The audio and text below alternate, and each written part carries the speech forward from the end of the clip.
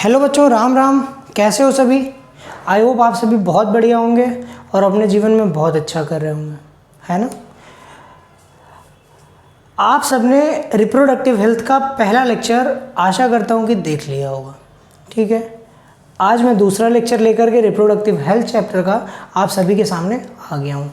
इस चैप्टर से रिलेटेड कोई भी क्वेरी हो आपके मन में, तो आप उस क्वेरी को कमेंट बॉक्स में लिख सकते हैं। मैं पिन कर दूंगा और आप लोग भी आंसर करें और मैं तो आंसर कर ही दूंगा एक दिन बाद।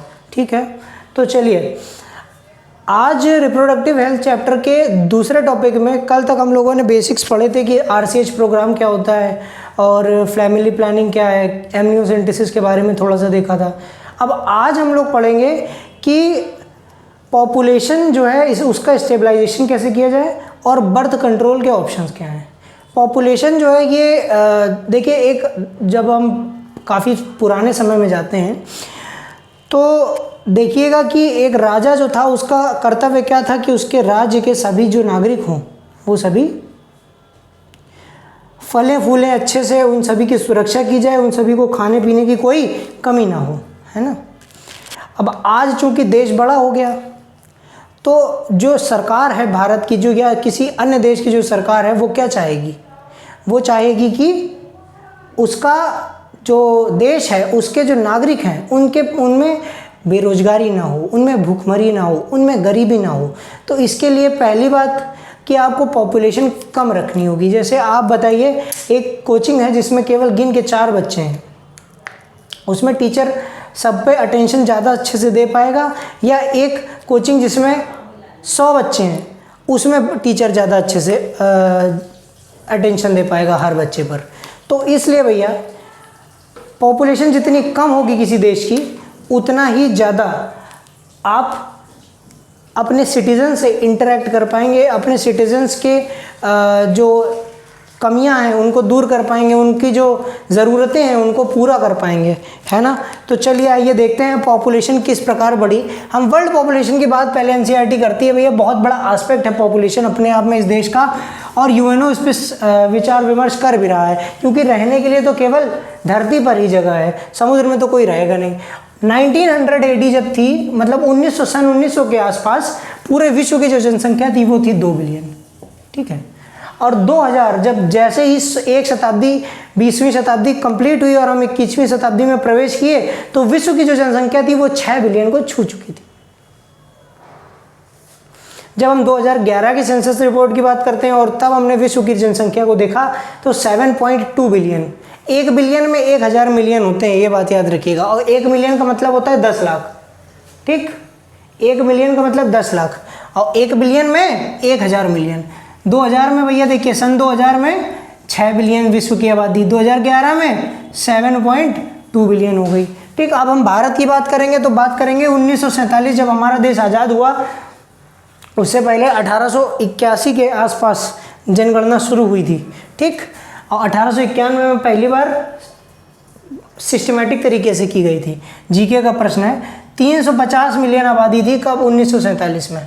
2000 में जब हम पहुंचे तो वो 1 बिलियन पहुंच गई। 1 बिलियन छोटी बात नहीं होती, मतलब 1000 मिलियन, 750 मिलियन बढ़ गई यहाँ पर 53 सालों में हमारी आबादी। 2011 में हम 1.2 बिलियन पहुंच गए। 2011 की अगर हम सेंसस रिपोर्ट उठा के देखें तो भैया हमारी ग्रोथ रेट जो है वो 2% थी, और अगर 2001 की सेंसस रिपोर्ट उठा के देखें तो भैया उसके हिसाब से 1.6% थी। इसका मतलब क्या होता है? 1000 आदमियों में 20 लोग पैदा हो रहे हैं हर साल।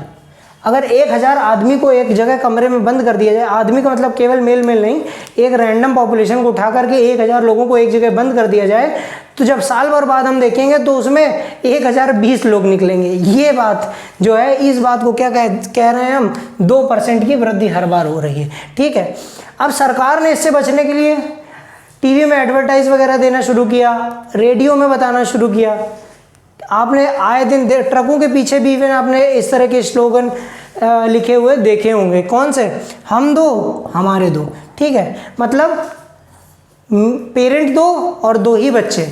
अब मेट्रो सिटीज़ की तरफ जाएंगे, वहाँ पर लालन पालन करना बच्चों का और कठिन है, तो भैया वहाँ पर उन लोगों ने मेल मतलब पेरेंट, दोनों पेरेंट माता और पिता दोनों ही नौकरी कर रहे हैं तो वहाँ पर 1 चाइल्ड नॉर्म्स ला दिए, मतलब एक ही बच्चा करेंगे, ठीक है, दूसरे बच्चे के लिए जाएंगे ही नहीं, ठीक है। और इसके अलावा सरकार ने एक और बहुत इंपॉर्टेंट कदम उठाया, राइज किया किसको, गर्ल्स की जो मैरिजेबल एज थी वो 18 वर्ष थी, उसको 21 तक राइज कर दिया, अब 21 है, मतलब पर ऐसा नहीं है कि अगर 18 से ऊपर आपने शादी किया तो दंड मिलता है, नहीं, 18 मिनिमम है, पर बट अब 21 एज है मैरिजेबल।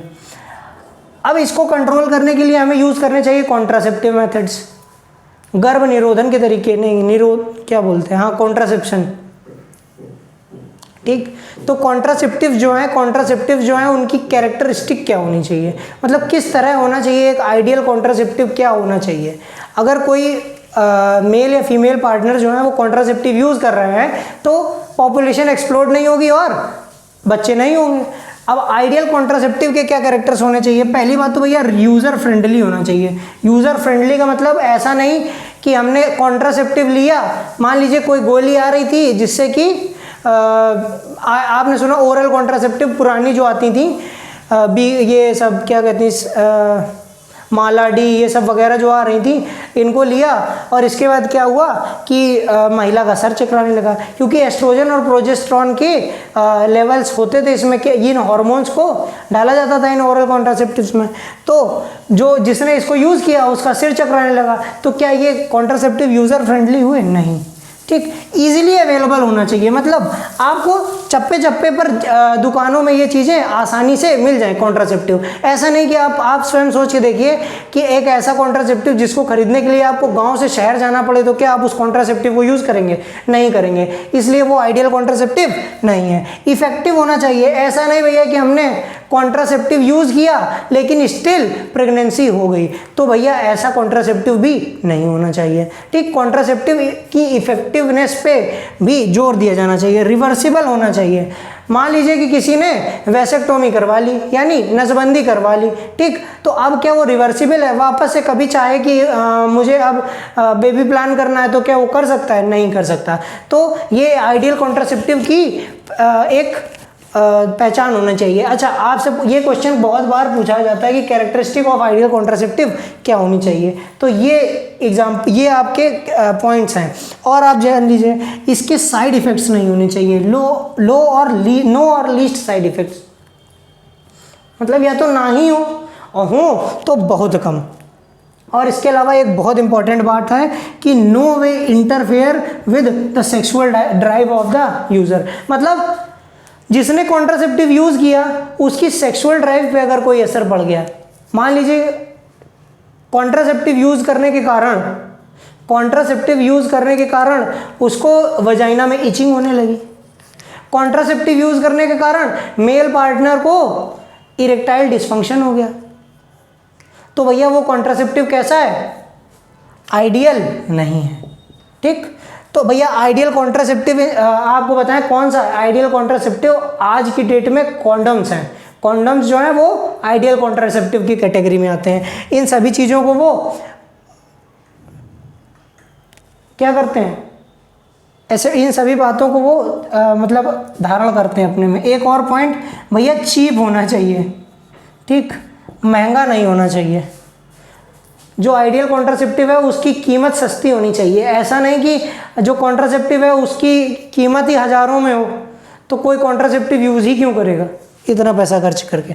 अच्छा, मेथड्स क्या हैं आप कॉन्ट्रासेप्टिव के? देखिएगा ध्यान से, नेचुरल और ट्रेडिशनल मेथड्स, मतलब नेचुरल या ट्रेडिशनल तरीके से जिस तरह से कॉन्ट्रासेप्टिव किया जाता है तो उनको नेचुरल और ट्रेडिशनल मेथड कहते हैं। बैरियर मेथड, फिजिकल तौर पे अगर आप स्पर्म और ओवम को रोक दें मिलने से तो बैरियर मेथड है, ठीक।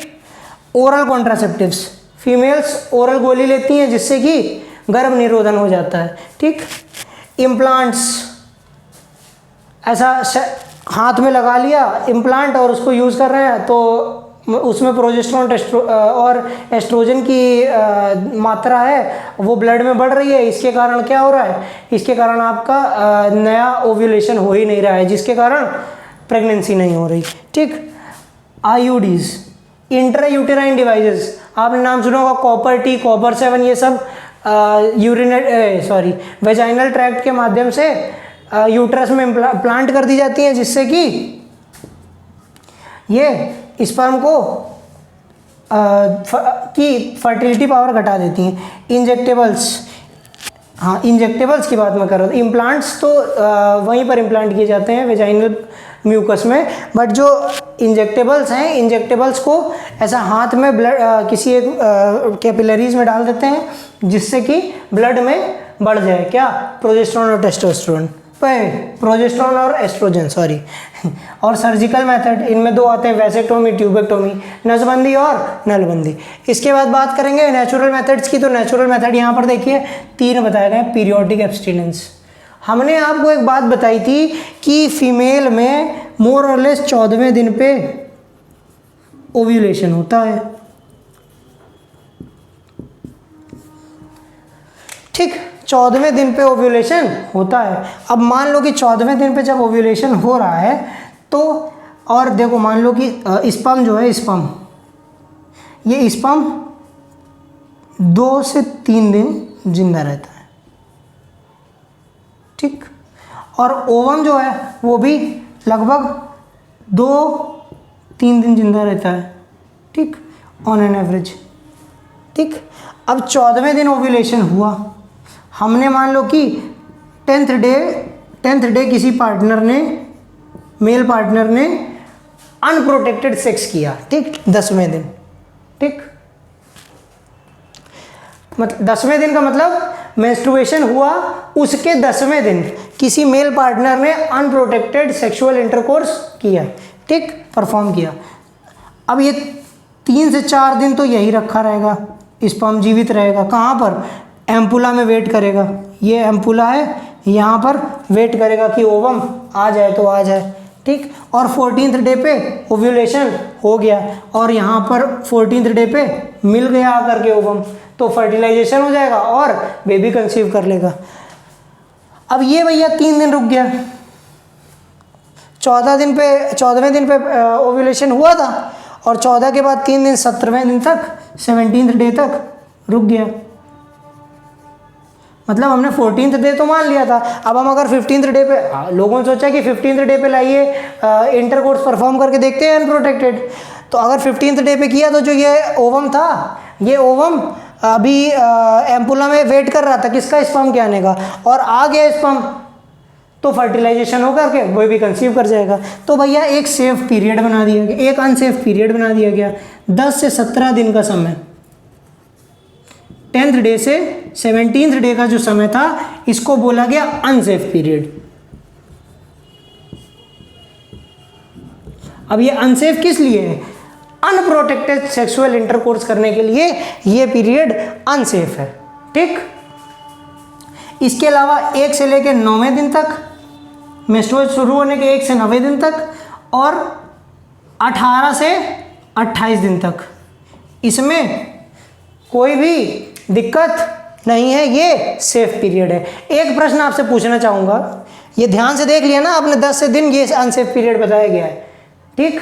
एक क्वेश्चन है, एक कोई प्राइमेट की स्पीसीज है जिसमें मतलब एक कोई फीमेल है जिसमें मेंस्ट्रुअल साइकिल जो है वो 48 दिन की हो रही, कितने दिन की हो रही, 48 दिन की। कमेंट बॉक्स में जो लोग वीडियो रेगुलर देख रहे हैं, भैया पूरा वीडियो जो देख रहे हैं वो बताएंगे कि उसका अनसेफ पीरियड क्या होगा, उसका अनसेफ पीरियड बताएंगे क्या होगा।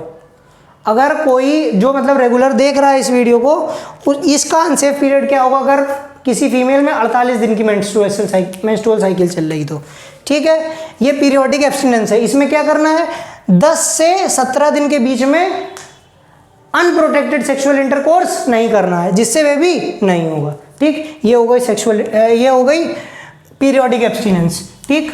अगले टॉपिक की बात करते हैं।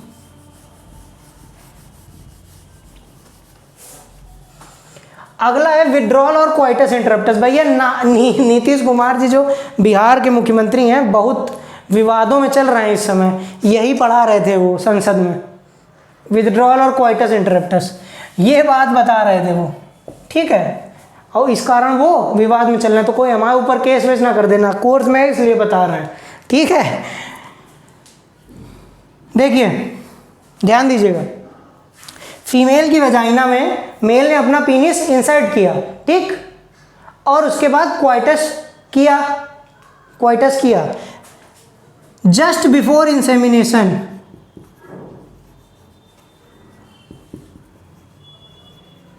Just before ejaculation, sorry,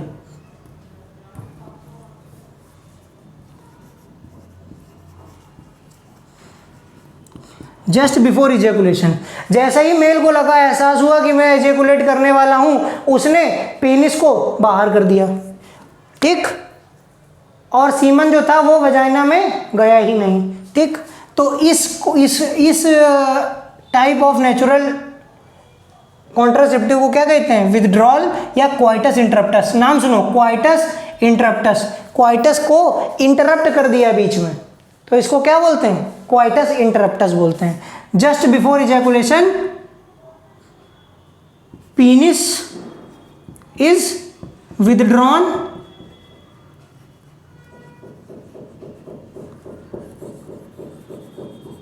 from vagina, ठीक। वजाइना से पीनिस को कब निकाल लिया जाता है? जस्ट बिफोर इजैकुलेशन, जैसे इजैकुलेशन होने वाला है उससे पहले पीनिस को बाहर निकाल लिया, ठीक। तो ये भैया हो गया क्या, इसको बोलते हैं क्वाइटस इंटरप्टस या विथड्रॉल, ठीक। इसके बाद अगला तीसरा हम लोग पढ़ेंगे कौन सा? लैक्टेशनल एमेन्यूरिया। इसमें क्या होता है? देखिए, प्रेगनेंसी के टाइम पे तो ओव्यूलेशन होता ही नहीं है दोबारा, ठीक, जब तक प्रेगनेंसी चल रही तब तक। अच्छा, इसके बाद जब डिलीवरी हो गई तो मम्मा के यूट्रस को थोड़ा सा टाइम चाहिए रिकवर करने के लिए, जो भी ब्लड निकला है, जो भी काट छाट हुई है उसमें यूट्रस में, तो उसको थोड़ा बनने के लिए समय चाहिए। तो उसलिए अगर अब यहाँ पर कंडीशन सुनिए, अगर मम्मा बच्चे को लैक्टेशन करा रही है, ब्रेस्ट फीड करवा रही है, वो भी कैसा? इंटेंस लैक्टेशन, मतलब ये नहीं कि दिन में 1-2 बार पिलाया, नहीं, 15-20 बार पिला रही है लगभग दिन में, तो क्या होगा? कुछ समय तक मेंस्ट्रुएशन उसमें बंद रहेगा, ओव्यूलेशन उसमें बंद रहेगा, और ये जो समय है ये अप टू 6 मंथ्स हो सकता है, 6 मंथ्स, ये मैक्सिमम टाइम है, मैक्सिमम 6 मंथ्स। एक बार मैं एलन का एक टेस्ट दे रहा था, उसमें क्वेश्चन आया था कि अगर मतलब बड़ा प्यारा क्वेश्चन था, सुनने की कोशिश करना। एक महिला ने, इस क्वेश्चन का आंसर करना, 15 साल की एज से मेंस्ट्रुएशन शुरू किया और 45 की एज में मेंस्ट्रुएशन बंद हो गया, मतलब मीनोपॉज हो गया। यहाँ पर मीनार्ज कब हुआ? 15 साल की एज से, ठीक। और इस बीच में इसने 3 बच्चों को जन्म दिया।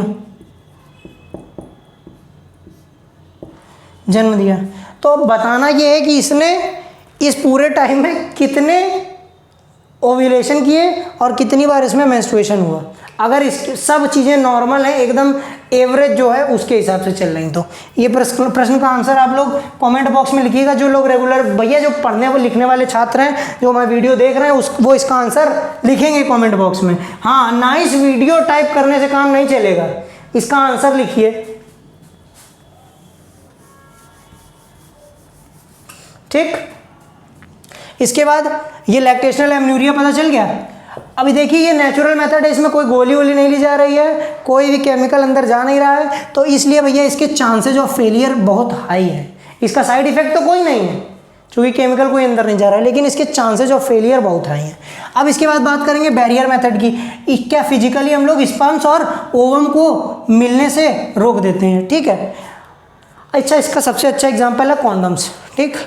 Both mails and female condoms market में अवेलेबल हैं, थिन रबर या लेटेक्स के बने होते हैं, जो क्या या तो पीनिस को कवर करते हैं या वेजाइना और सर्विक्स को कवर करते हैं कॉन्डम, ठीक है। डायग्राम देखिए बुक में बना हुआ है, अब हम लाए नहीं है खरीद के आपको दिखाएं, ठीक। तो ये किस काम आ रहा है? पीनिस को कवर करने में और या फीमेल में वेजाइना और सर्विक्स को कवर करने में। और अच्छा, कॉन्डम्स की स्पेशल बात एक ये भी है कि ये STD से भी बचा रहा है, मतलब सेक्सुअल ट्रांसमिटेड डिजीज़ भी नहीं होने दे रहे हैं आपको। निरोध जो है कि एक पॉपुलर ब्रांड है किसका? कॉन्डम का, ठीक, याद रखना है सब बातें, बहुत इंपॉर्टेंट है। कॉन्डोम जो है वो कैसे होते हैं, डिस्पोजेबल, मतलब एक बार यूज़ करने के बाद आप उसको रीयूज़ नहीं कर सकते। अच्छा, रीयूजेबल बैरियर्स भी होते हैं फीमेल्स में, कौन कौन, डायफ्राम ऐसा शेप का होता है, वॉल्ट्स ऐसा होता है, ऐसा, ठीक, और सर्वाइकल कैप्स ये भी ऐसी ही होती हैं। ये तीनों चीज़ें लगभग एक ही जैसी होती हैं। यह डोम शेप होता है, कुछ हमने देखा भी नहीं है इतना और डायग्राम भी नहीं लिखा है, बट आप लोग देखिएगा गूगल करके, आपको समझ में आएगा। वॉल्ट्स कुछ ऐसे होते हैं, और ये सर्वाइकल कैप्स, ये सर्वाइकल सर्विक्स पे लगा दी जाती हैं वाइल हैविंग इंटरकोर्स, जिससे कि मेल के का सीमेन फीमेल में ना जा पाए। अच्छा, इसकी कॉन्ट्रासेप्टिव पावर को बढ़ाने के लिए स्पर्मिसाइडल जेलीज, क्रीम्स और फोम्स यूज़ की जाती हैं। अच्छा, ये जो होते हैं ये रीयूजेबल होते हैं, मतलब एक बार यूज़ किया, रख लिया, धुल के फिर से यूज़ कर लिया। फीमेल्स यूज़ करती हैं, ठीक। आज की वीडियो में बैरियर मेथड और नेचुरल मेथड मैंने बता दिए हैं। पीरियोडिक एब्स्टिनेंस, विड्रॉल या क्वाइटस इंटरप्टस और लैक्टेशनल एमन्यूरिया के बारे में जितनी चीज़ें बताई हैं, इसको वीडियो से देख देख करके जो बहुत इंपॉर्टेंट बातें हैं उनको लिख लेना। 2 क्वेश्चन पूछे हैं, उन दोनों क्वेश्चन के आंसर मुझे कमेंट बॉक्स में चाहिए। जो लोग रेगुलर वीडियो देख रहे हैं वो पढ़ रहे हैं या नहीं पढ़ रहे हैं इससे मतलब नहीं है, लेकिन आप इसका आंसर आप लिखेंगे, ठीक। आज की वीडियो में इतना ही। अगर इस वीडियो से कोई वैल्यू मिल रही है तो चैनल को सब्सक्राइब करें, इस वीडियो को लाइक करें, शेयर करें, जितने ज़्यादा से ज़्यादा लोगों तक हो सके इस वीडियो को भेजें, ठीक है भैया। राधे राधे, जय श्री राम।